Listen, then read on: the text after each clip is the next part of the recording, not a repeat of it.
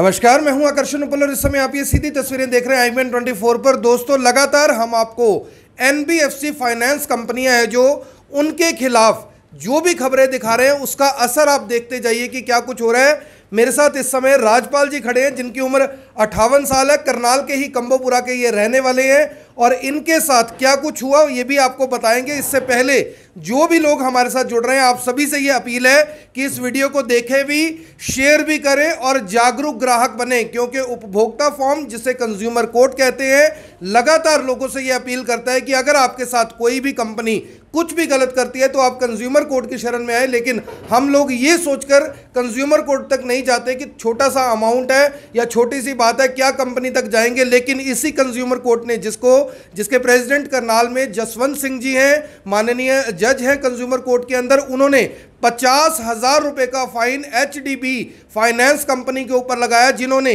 राजपाल जी के साथ क्या कुछ किया ये अभी आपको खुद बताएंगे। किस तरह से लॉकडाउन के दौरान किस्तें पेंडेंसी में चल रही थी, मॉरिटोरियम का पीरियड चल रहा था, लेकिन बावजूद इसके इनका जो ट्रक था गुजरात में, उस ट्रक को छीन लिया गया और इनका लाखों रुपए का उसमें नुकसान हुआ। ड्राइवर कंडक्टर बीमार पड़ गए, परिवार के अंदर सब लोग किस तरह से हताश हो गए थे ये पूरी कार्रवाई देखकर। लेकिन राजपाल जी हताश नहीं हुए और पहुंचे करनाल में, जहां पर इनके अधिवक्ता संदीप खोखर ने HDB फाइनेंस कंपनी को न केवल धूल चटाई बल्कि उन्हें यह भी एहसास करवाया कि आप किसी भी ग्राहक के साथ इस तरह से नहीं कर सकते कि उनका ट्रक भी छीन लें और कोर्ट के आदेश भी ना माने, क्योंकि कोर्ट ने पहली ही डेट पर यह आदेश दिया था कि इनके ट्रक को तुरंत रिलीज किया जाए, जिसे कंपनी ने नहीं माना और उसके बाद ये कंटेम्प्ट ऑफ कोर्ट में गए और कंटेम्प्ट ऑफ कोर्ट में 50,000 रुपए का फाइन कंज्यूमर कोर्ट ने HDB फाइनेंस कंपनी को लगाया। राजपाल जी, कहाँ के रहने वाले हैं आप, क्या कुछ पूरा मामला था और कौन सी कंपनी थी जिसके ऊपर 50,000 का फाइन लगा और ये फाइन क्यों लगा? सर, मैं गांव कमोपरे से हूँ जी। तो सर ने मेरी गाड़ी पकड़ ली जी अपना 24 तारीख को जी। तो मैंने इनको रिक्वेस्ट भी करी, भाई मेरे लॉकडाउन की किस्त टूटी है, मैं 2 किस्त दे दूँगा, 2 दिन का टाइम मांगा तो ये माने। तो ये संदीप मान बोले भाई 3 किस्त इकट्ठी जमा कराएगा तब गाड़ी छोड़ूंगा। कौन है संदीप मान? संदीप मान मैनेजर है जी। कौन सी कंपनी? HDB फाइनेंस कंपनी का जी। तो उसके बाद मैंने कोर्ट का दरवाजा खटखटाया जी। जी जी जी जी। तो यहाँ पे आके मैंने ये अपना केस डाल लिया इसके बारे में। तो कोर्ट ने 28 तारीख को ऑर्डर कर दिया कि इसकी लोडेड गाड़ी छोड़ी जाए 28 अगस्त को। 28 अगस्त को। तो उसके बावजूद भी नहीं गाड़ी छोड़ी मेरी 28 अगस्त को जी। तो उसके बाद कंटेम्प्ट डाल ली गई, तो उसमें मेरा काफ़ी लॉस हो गया। तो मेरा ड्राइवर कंडक्टर उधर बीमार हो गया। तो आपने हर्जाना मांगे 30,000 रुपये पर डे का? हाँ, मैंने हर्जाना मांगे, मेरे को हर्जाना दिया जाए, मेरा जो किराया मर गया 1,05,000 वो भी मेरे को दिया जाए और जो और नुकसान है वो मेरे को दिया जाए। तो कोर्ट ने कितना फाइन किया इसके ऊपर? तो कोर्ट ने 50,000 रुपये फाइन किया अभी। क्यों फाइन किया इनको? तो इसने कोर्ट के ऑर्डर नहीं माने जी, आदेश नहीं माने। हाँ जी, हाँ जी। तो आपको क्या लगता है जो ये बैंक है, जो इस तरह की कंपनी है, ये कोर्ट को भी कुछ नहीं समझती? ये बिल्कुल नहीं समझती कोर्ट को जी। ये कोर्ट को भी के ऑर्डर भी नहीं मानती है ये जी। हाँ, ये फाइनेंस कंपनियाँ जी, ये अपनी पूरी गुंडागर्दी पे उतरी है, ये अपनी मनमर्जी करती है जी पूरी। तो जिस तरह से आप कह रहे हैं कि ये कंपनियां जो हैं गुंडागर्दी पे उतरी हुई हैं, आपने जो माल है आपकी गाड़ी में लोडेड था, किसी क्लाइंट की वो गाड़ी थी, कहाँ पे वो गाड़ी पकड़ी गई और उससे पहले उसके बाद क्या कुछ कंपनी से बातचीत हुई आपकी? सर, ये गाड़ी मेरी अंकलेश्वर में पकड़ी गई थी। कौन सी जगह है ये? गुजरात में जी। गुजरात में। और शाहबाद उसका माल आना था जी, जी। अपने कुरुक्षेत्र के पास। तो वहीं पे मेरी गाड़ी पकड़ ली गई।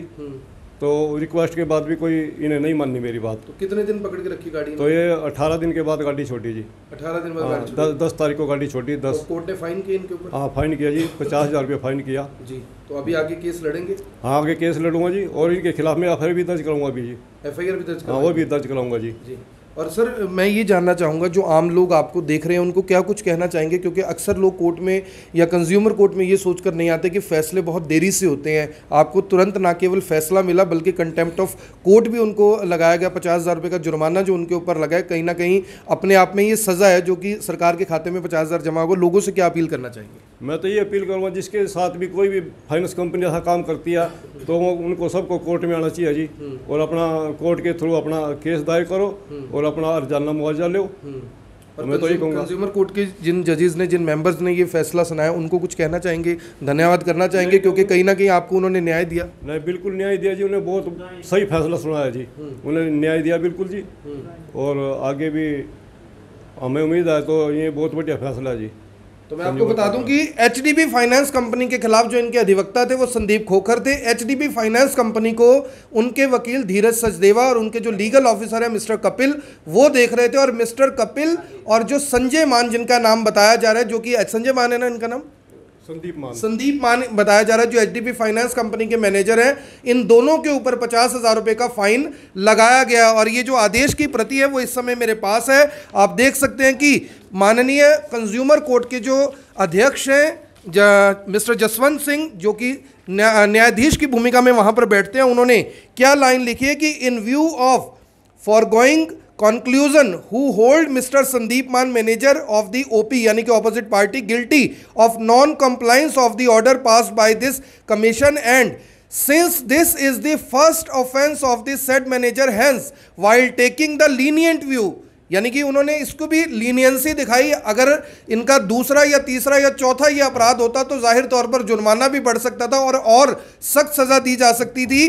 Convict is sentence to pay, sentenced मतलब होता है सजा देना, sentence to pay fine of ₹50,000 which is to be deposited in legal aid account of state commission bearing account number this IFSC code this within 15 days, यानी कि 15 दिन के अंदर अंदर इन्हें ये 50,000 रुपया जमा करवाना होगा। दोस्तों लगातार आप जानते हैं कि जिस तरह से IDFC बैंक है, बजाज फाइनेंस कंपनी है, इसके अलावा जिन जिन की भी हमने आपको खबरें दिखाई हैं, बहुत बड़ी संख्या में जो ग्राहक हैं इन कंपनियों से कहीं ना कहीं प्रताड़ित थे। उन्होंने अपने वीडियो हमें भेजे बजाज फाइनेंस के खिलाफ, किस तरह की यानी कि ऑडियो हमने चलाकर आपको दिखाई कि कंपनी के जो लोग थे किस तरह गुंडागर्दी पर उतारू थे, उन्होंने लोगों को किस तरह से गालियां दी, लोगों को बेइज्जत किया।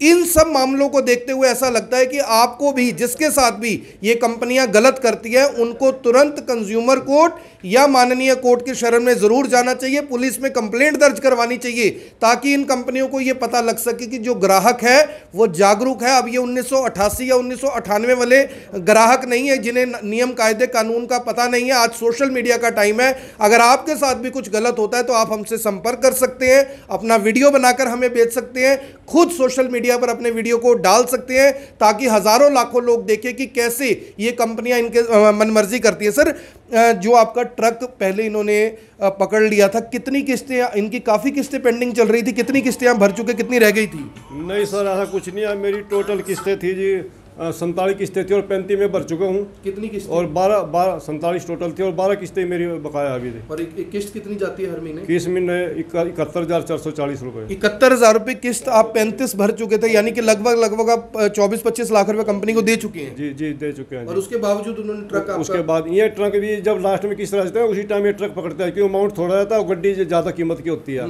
तो ये फिर ट्रक पकड़ लेते हैं। दबाव बनाते हैं जी, पूरा दबाव बनाते हैं, ग्राहक के भी, घर जाके भी दबाव बनाते हैं घर वालों पे, भाई हमारी किस्तें भरो, नहीं हम आपकी गाड़ी छीन लेंगे, जबरदस्ती छीन लेंगे, ऐसा बोलते हैं। ऐसा बोलते हैं। तो जब आप गुजरात गए, क्योंकि आपने बताया कि लॉकडाउन में काफ़ी ज़्यादा जो स्थिति थी ठीक नहीं थी, तो कैसे इंतज़ाम किया जाने का आपने? इंतज़ाम मैंने जी इस तरह, मेरे पास पैसे तो नहीं थे, तो मेरे पास एक गाय थी जी, मैंने गाय बेची अपनी, 50,000 की मेरी गाय थी, और मैंने वो 30,000 में बेची फिर जी, इमरजेंसी वो 30,000 में बेच के तब मैं गुजरात गया गाड़ी लेने के लिए जी, और 7-8 तारीख को जी। ऐसी स्थिति हो गई थी? ऐसी स्थिति होगी जी। तो गाय तो सर, जिस तरह से आपने बताया, जो पालतू हम पशु घर में रखते हैं, चाहे वो गाय हो चाहे कुत्ता हो, कोई भी, वो तो एक परिवार के सदस्य की तरह है। इसका मतलब तो कंपनी के दबाव में आकर आपको अपने परिवार के सदस्य को ही देना पड़ा, और वो भी कम कीमत पे। वो भी कम कीमत है, उसमें मेरा लॉस हुआ जी 50,000 का, जो मैंने 30,000 बेचे, 20,000 का लॉस तो मेरे उसी में गया जी। और मेरे पास कोई था ही नहीं इंतजाम, भाई मैं जाऊँ किस तरह, मैंने वहाँ जाना भी, किराया भी लगाना था, वहाँ जाकर गाड़ी भी वापस लानी थी, तो ये मेरे को बेचनी पड़ी, मेरी मजबूरी है जी। हरजाना चाहेंगे कंपनी से? बिल्कुल, क्यों नहीं चाहेंगे हरजाना जी, सारा हरजाना कंपनी से चाहूँगा मैं, जो मेरा लॉस होया वो सब मेरे को मिलना चाहिए जी।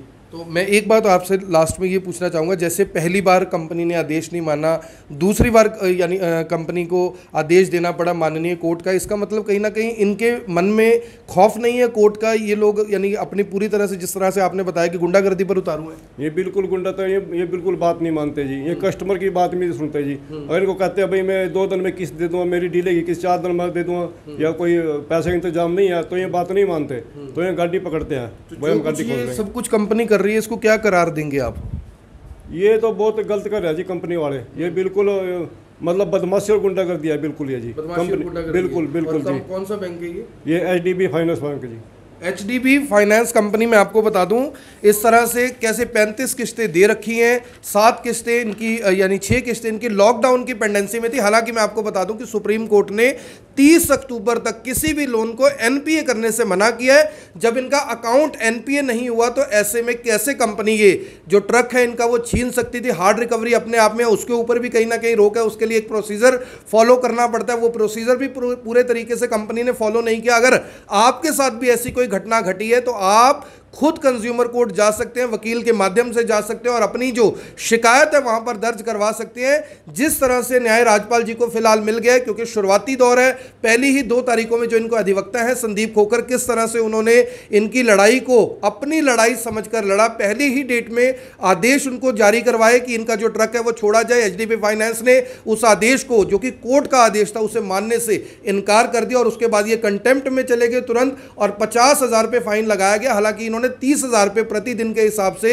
मुआवजे की मांग किया और ये केस अभी तक कंज्यूमर कोर्ट में चल रहा है और हमें पूरी उम्मीद है कि जो उपभोक्ता फॉर्म है वो उपभोक्ता की पूरी बात सुनेगी और बाकायदा इस कंपनी को सबक सिखाया जाएगा कि किस तरह से आपने एक ऐसे व्यक्ति का ट्रक छीन लिया जिसका पूरा परिवार उसी ट्रक पर चलता था।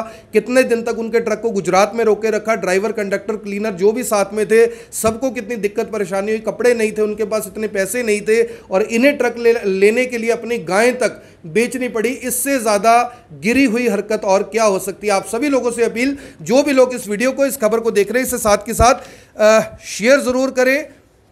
और इसके बाद मैं आपको बता दूं कि मेरे पास एक और जानकारी है कि जो पहले आदेश थे, पहले आदेश ये थे कि जो कंज्यूमर कोर्ट ने कहा कि आप इनका ट्रक छोड़ दीजिए, उसके बाद उन्होंने कुछ शर्तें लगाई।